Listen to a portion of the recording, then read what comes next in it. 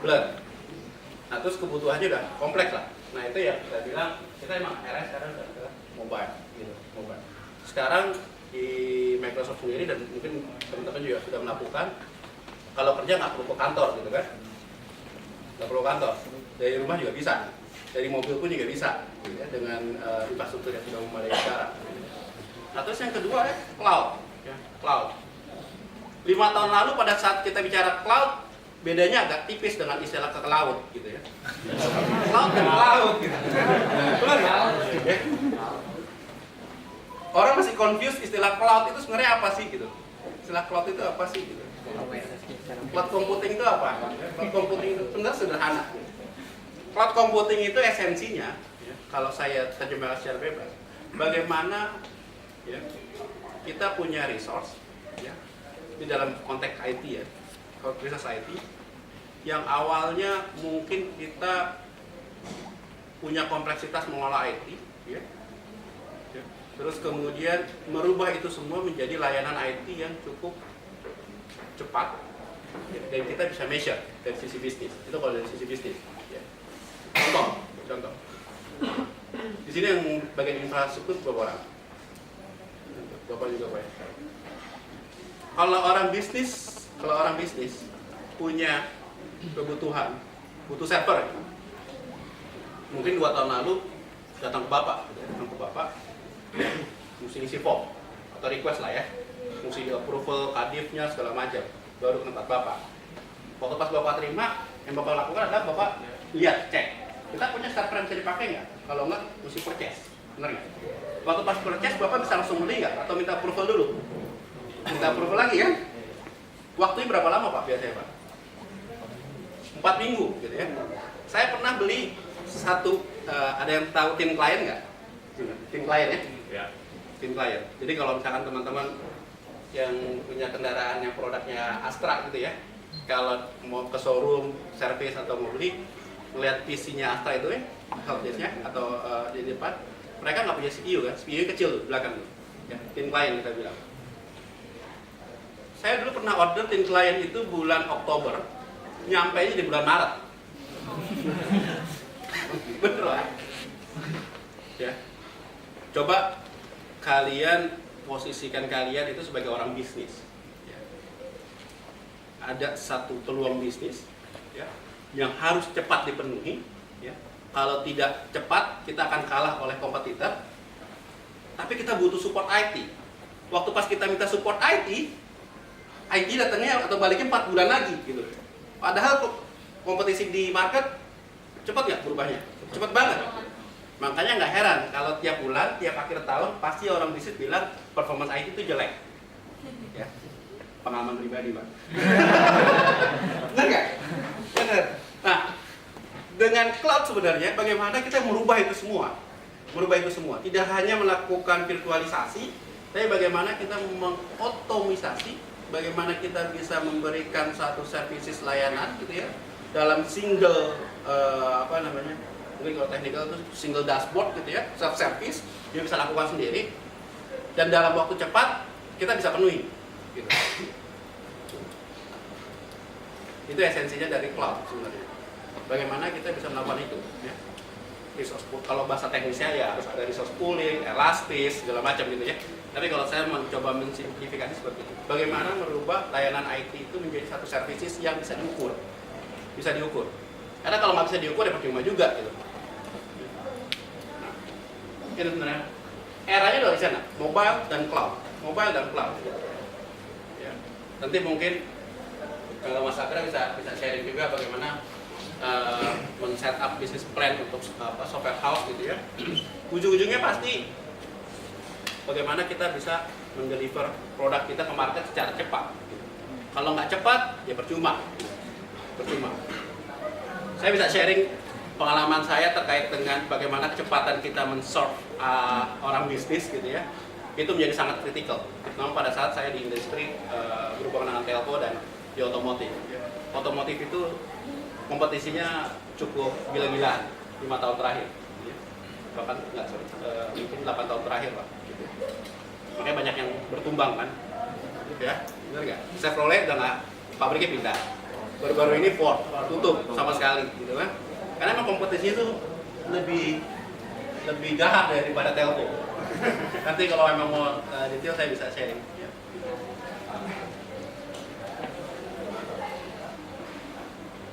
Nah, saya akan keluarin ini semua. Sebenarnya Microsoft Openness itu apa sih seperti ini? Kami sadar bahwa customer kami itu harus punya kebebasan untuk memilih, benar nggak? Kalau enggak, nanti dilaporin HAM. harus punya kebebasan memilih, benar. Waktu saya di customer, gitu ya, saya 17 tahun di customer, saya nggak pernah ada di principal sebelumnya, gitu. Lebih banyak di ISP sama di end user. Yang tadi juga, yang penting bagaimana saya bisa fulfill kebutuhan bisnis. Terserah saya mau milih apa, mau pakai Java, PHP, mau pakai Perl, gitu ya. Dulu saya pakai Perl juga di waktu main-main di SMS, gitu ya. Saya nggak peduli. Yang penting kebutuhan bisnis tempat saya terpenuhi, ya. Company saya bisa generate revenue, tanggal 25 saya digaji, benar nggak?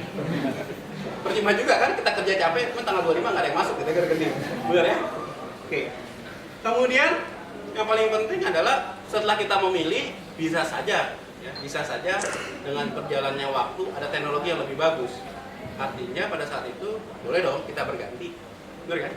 Nah ini yang esensi dari Microsoft Openness. Jadi ya udah kalau memang customernya itu harus bisa memilih dan pindah berganti, ya kita harus mendukung environmentnya. Environment Microsoft harus mendukung kebutuhan customer seperti itu, gitu ya. Makanya di Openness sendiri kita sudah cukup cukup terbuka gitu, mulai dari kita sudah align dengan industri standar, gitu ya. Terus kemudian sama platformnya juga. Terus bagaimana kita melakukan kolaborasi supaya bisa interoperability-nya lebih semakin baik, gitu ya. Nah, terus kita juga bagaimana bangun ekosistemnya, gitu ya. Nah, tapi itu semua dilakukan dengan mindset 4 pilar. Ya, 4 pilar. Pilarnya apa? Kalau dari sisi bisnis itu sudah sangat restrict. Secure, private, ya, privacy maksudnya. Terus bagaimana kita bisa kontrol dan transparan, ya, transparan.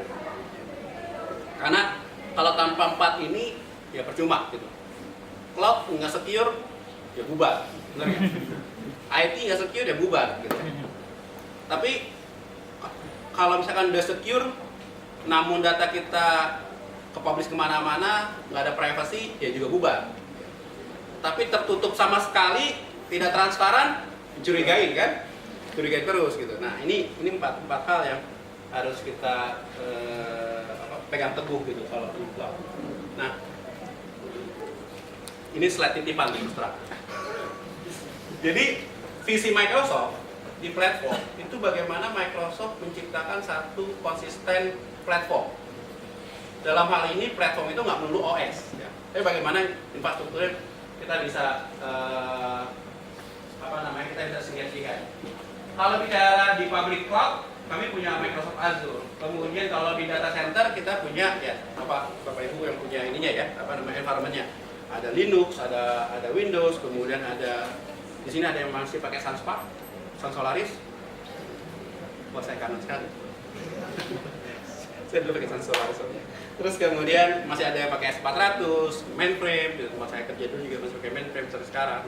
Terus sama teman-teman yang di lokal, ya, cloud provider lokal. Kita pun juga tidak menutup diri terhadap teman-teman yang di lokal, gitu ya. Nah, tapi yang paling penting adalah bagaimana kita bisa memberikan kesempatan ke customer untuk memilih tadi. Oh, Pak, karena saya ada kebutuhan cepat dari bisnis, waktu saya mau beli server mungkin 4 bulan. Cuman saya nggak mungkin bilang sama bisnis user saya harus nunggu 4 bulan, karena mereka harus masuk ke market secepatnya. Yang dilakukan adalah, yaudah, cari alternatif. Ada nggak vendor lain yang bisa menyiapkan secara cepat?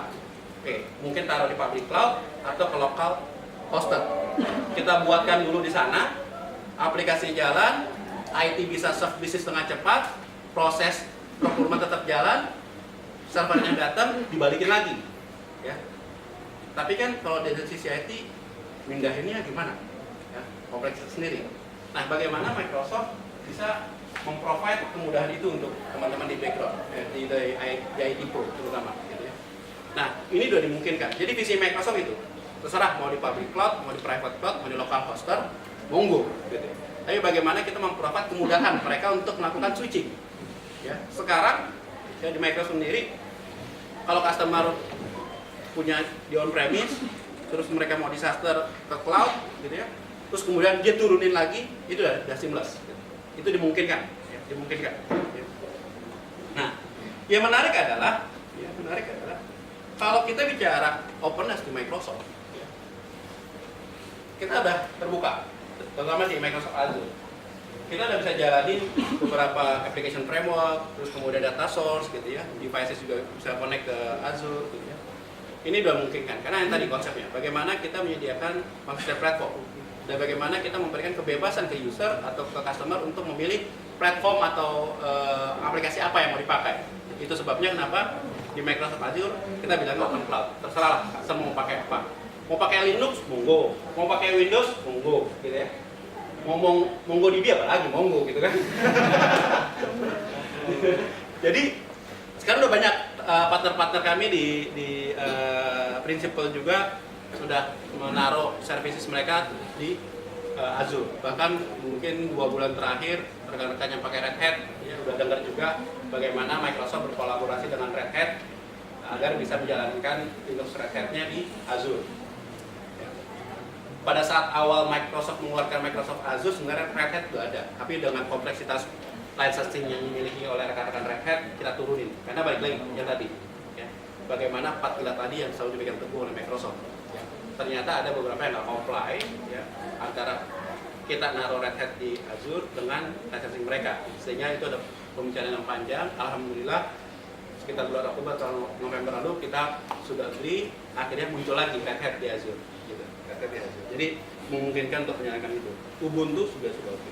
Nah, menariknya kalau di Microsoft itu rekan-rekan bisa submit tiket problem cukup di satu pintu, meskipun belakangnya kalian pakai Linux. Kalau sekarang kan Bapak punya mesin katakanlah IBM, terus OS-nya pakai Microsoft, atasnya pakai Oracle. Giliran ada problem, open ticketnya 3 biasanya, ya kan? Karena isunya di mana nih nggak ngerti gitu kan, open 3. Nah, kalau di public cloud kami nggak cukup satu, nanti Microsoft yang akan handle semuanya. Ya, bahkan khusus untuk Red Hat dan SUSE, kami itu punya tim, ya, tim gabungan antara Microsoft dengan Principal Distro yang duduk bareng, semua ada di call center kami. Jadi biar cepat, gitu ya. Nah, terkait dengan open source atau Linux, saya open. Ya. Di Microsoft Azure sendiri, sebenarnya workload Linux itu sebenarnya lebih dari 25%. Lebih dari 25%. Tapi memang biasanya kita akan stay 22. Karena ini presentasi yang sekitar beberapa bulan yang lalu. Mayoritas kebanyakan Linux juga. Bahkan ya, di Indonesia sendiri kami punya customer yang cukup besar gitu ya. Mereka semua aplikasinya open source, running di Azure. Di sini yang nggak kenal Garuda Indonesia siapa?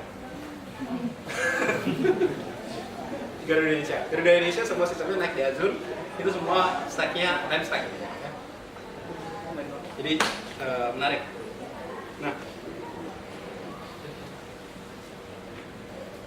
kalau kita bicara di teknologi gitu ya, balik lagi, kita mesti mapping knowledge yang kita punya, teknologi yang lagi berkembang. Ya, yang paling penting adalah bagaimana cara monetize gitu ya, apalagi teman-teman di startup gitu ya. Kalau nggak bisa dimonetize nggak bisa hidup tuh, ya. Nggak bisa hidup. Nah, ini ada beberapa contohnya gitu ya, bagaimana kita bisa mengimplementasikan teknologi di industri gitu ya, kira-kira seperti Hadoop. Di Microsoft sendiri di Azure kita punya big data, ada insight, itu based on Apache Hadoop. Kita pun juga punya cache management atau cache teknologi yang kita bilangnya Redis, which is itu base-nya ya Redis juga open source. Jadi memang kita cukup banyak kerja dengan itu. Nah, kaitannya dengan hari ini yang mungkin akan lebih banyak nanti dibahas di sore ya atau siang terkait dengan IoT. Nah, seperti biasa, jargon IT itu sangat menarik tapi kadang-kadang membuat bingung, benar nggak? Simple. Sekarang zamannya digital, benar kan? Ada yang bisa ngasih pengertian nggak sebenarnya digital business itu apa? Digital business itu apa pengertiannya?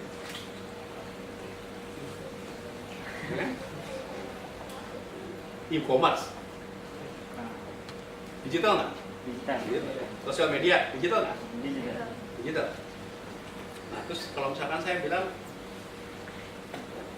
fingerprint, kalau absen tuh ya, itu digital ya?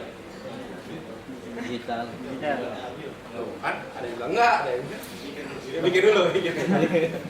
Nah, jadi sebenarnya kalau di IT, ini hanya sharing pengalaman saya di industri. Barangnya ya itu aja, barangnya itu aja, brandingnya yang baru. Kadang-kadang kita nggak sadar bahwa kita pun juga sebenarnya udah pakai, gitu ya. Nah, kalau kita bicara digital business, poinnya adalah pertama kita sendiri orang, apa yang kita sudah punya, ya, terus ditambah sedikit bisnis model, itulah yang kita bilang digital business. Gitu.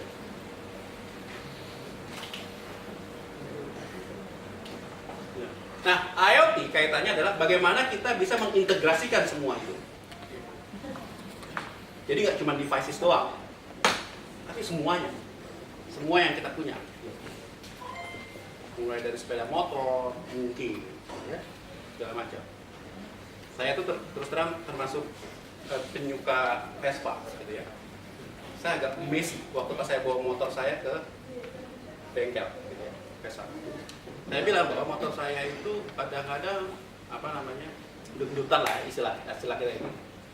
Terus yang dilakukan bengkel tuh nggak apa? Mereka ngambil laptopnya, terus dicek. Oh Pak, ternyata firmware-nya masih yang lama. Saya update dulu ya. Bayangin, sepeda motor diupdate firmware-nya. Baru kali ini saya dengar gitu. Ternyata sekarang teknologi udah berubah gitu. Udah berubah gitu. Berubah.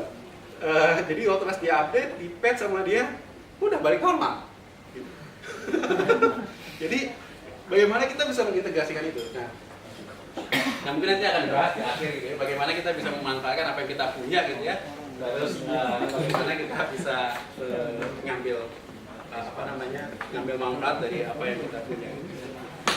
Tapi di Microsoft sendiri, mungkin saya akan sharing juga terkait dengan IoT.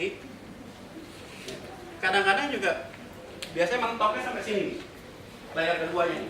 Kita punya barang, ya, kita punya device-nya pakai sensor, habis itu punya data, datanya di feeding ke database. Habis itu mau diapain datanya? Dikumpulin. Habis itu pakai jargon big data, gitu kan? Habis itu yang jualan storage. Karena datanya banyak kan?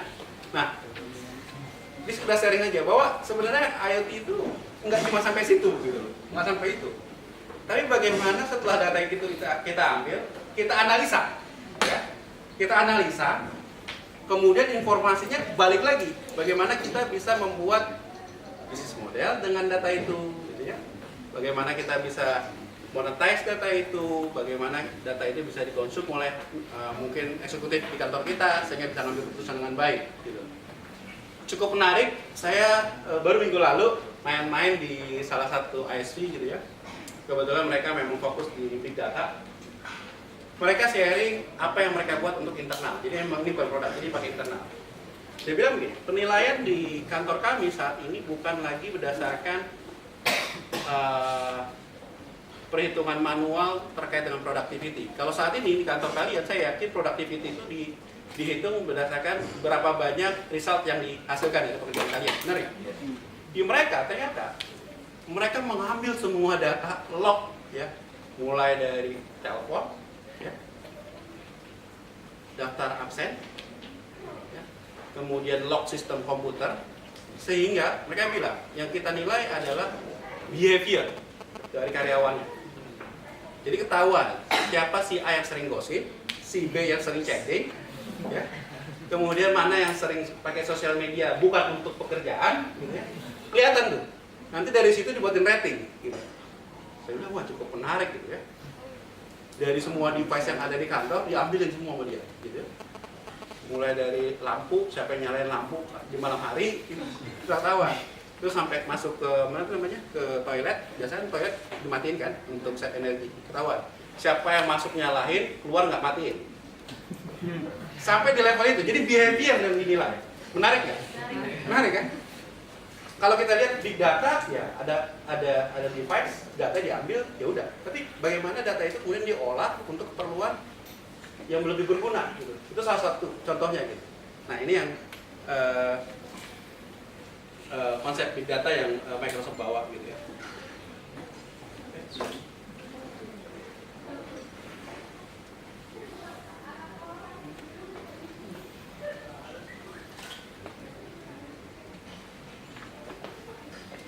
Nanti detailnya bisa dibahas di sesi berikutnya gitu ya. Saya akan kembali ke open source lagi. Ini beberapa open source customer kami yang sudah ada saat ini. Nah, untuk teman-teman yang ingin belajar terkait dengan open source yang ada di Microsoft, bisa lihat websitenya. Kita punya microsoft.com/openness gitu ya. Di sana cukup banyak materi-materi terkait dengan bagaimana teknologi open source berkolaborasi dengan teknologi Microsoft gitu ya. Terus kemudian bagaimana customer story gitu ya, customer kami yang sudah mengimplementasikan. Kita bulan lalu itu customer kami dari Indonesia juga sharing gitu ya di CEO Forum, bagaimana mereka sempat kaget waktu pas mereka tahu kalau di Azure itu bisa open source gitu. Dia pikir harus pakai Windows gitu. Nah terus waktu pas mereka migrasi ternyata fine-fine aja gitu. Jadi yang selama ini mereka takutkan tidak ada support, nggak ada ini, ternyata jalan normal. Nah terus juga di Universitas Terbuka juga sharing gitu ya, bahwa ternyata selama ini mereka kesulitan dengan masalah infrastruktur gitu ya. Yang selama ini kita selalu bilang kalau komunikasinya lambat lah di Indonesia segala macam, ternyata semua sudah berubah gitu ya, semua berubah.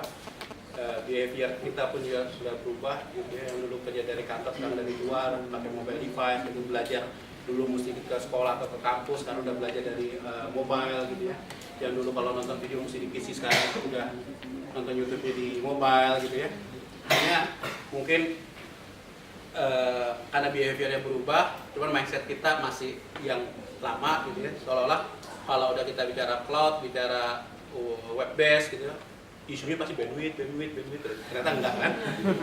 Bahkan saya ngalamin sendiri tuh, kalau misalkan saya dapat email gitu ya, saya lebih cepat melihat email itu datang di handphone dibandingkan Keynote gitu. Bener kan? Tahu nggak sebabnya kenapa? Nggak tahu. Kenapa? Ya, sama-sama. Misalkan lagi di depan komputer nih. Kalau lihat handphone, kalau lihat email itu lebih cepat pasti masuk di handphone. Kalian tahu? Notifikasi. Hah? Ada notifikasi. Notifikasi ya, kalau tahu. Connectivity. Karena telco saat ini cukup banyak yang invest ke international bandwidth. Ya, mulai dari BBM ya, contoh. BBM kan mereka mengharuskan punya dedicated connection langsung ke Kanada kan. Server mereka. Nah dari itu mulai banyak sekali telco yang punya koneksi ke luar. Itu sebabnya sekarang kalau kita akses YouTube, ya semua konten-konten keluar lebih cepat di handphone dibandingkan di laptop. Kenapa apa? Karena ISP kita itu kan mereka loopingnya kebanyakan ke IX dulu, di lokal dulu baru keluar. Dan biasanya memang backbone keluarnya kecil sekali. Gitu. Kalau telepon punya direct. Nah itu salah satu penyebab kenapa behavior kita sudah berubah, akses lebih cepat di handphone. Cuma kalau ditanya connectivity, kayak lambat. Kenapa ngerasainnya? Selalu asumsinya internet itu dari laptop, gitu. Terus terang, saya mengakui kalau saya itu banci ini WiFi. Jadi setiap saya ke kafe atau lagi ngumpul bareng, yang ditanya ke pelayannya bukan order, tapi ada WiFi nggak? Siapa yang tidak melakukan hal itu? Pertanyaan saya, siapa yang tidak melakukan itu? Sudah sangat tergantung kan? Sangat tergantung kan? Nah itu kira-kira apa yang ingin saya sampaikan. Ada pertanyaan nggak terkait dengan ini? Clear ya? Kenapa event ini ada, terus kenapa ada di Microsoft, seperti apa Microsoft bisa support kebutuhan teman-teman di open source, bagaimana kita bisa kolaborasi. Jadi itu yang kita bilang, Microsoft sudah berubah jauh lah, berubah jauh. Mungkin kalau nggak berubah juga saya nggak di sini gitu. Saya nggak di sini. Oke, nggak ada pertanyaan? Atau saya akan tanya? Boleh. Ya, nggak mungkin saya akan waktunya akan saya kasih ke teman-teman di pihak Indonesia atau pembicara berikutnya lebih banyak karena saya yakin materi cukup menarik lah, menarik. Ya. Sangat jarang punya kombinasi materi yang kayak tadi, bagaimana buat setup business plan, terus bagaimana kita belajar IoT yang lagi booming, bagaimana kita belajar terkait dengan big data gitu ya. Dan kalian tuh alhamdulillah sekali hari ini dapat pembicara yang memang capable di area itu. Daripada ngundang atau ikut event yang lain. Eventnya berbayar nggak? Gratis pula.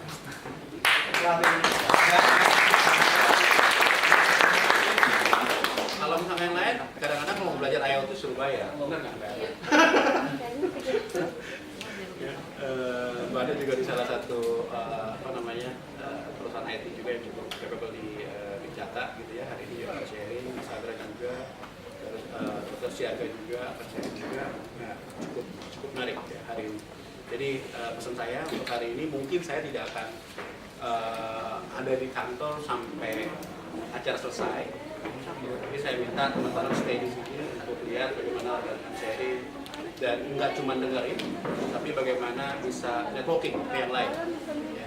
Terutama teman-teman yang masih kuliah gitu ya, lumayan networking. Enak. Pertanyaannya gitu, kalau misalkan kita capable di sesuatu, terus punya teman yang kerja dan mereka lagi butuh kemampuan, pasti dihubungi. Pengalaman pribadi saya, pengalaman pribadi. Benar. Saya itu bersyukur punya teman-teman di komunitas yang kayaknya nggak suka lihat saya nganggur. Gitu. Jadi sebenarnya waktu pas saya di Asta Internasional, saya sempat off 2 bulan. Ya, sempat off 2 bulan. Saya jenuh sekali dengan dunia IT. Yang saya lakukan adalah saya ternak lele. Beneran, saya ternak lele. Tapi kemudian ditelepon sama Pak Risma. Dan lu gue dengar ini desain dari Asri. Ngapain? Lu kayak kurang kerjaan aja gitu. Kurang kerjaan aja. Udah aku butuh lu kerja. Ya dulu. Ya udahlah terserah lah gitu. Microsoft kan mikir-mikir kan. Apa kata dunia gitu ya. Tiba-tiba masuk Microsoft gitu. Oh iya udah. Ya karena memang kebetulan kualifikasinya pas gitu ya, alhamdulillah saya join ke sini. Begitu juga waktu pas saya masuk Astra. Waktu pas Astra nyari .NET arsitek gitu, kan sangat jarang .NET arsitek. Jadi ya teman-teman di komunitas pasti akan nyari, siapa sih? Oh ada, Topon. Dan lu lagi di mana? Oh gue lagi kerja di sini. Udahlah balik ke Jakarta lah. Gue butuh gitu. Emang nggak ada kan orang Jakarta yang bisa. Gue kenal dulu lah gitu kan.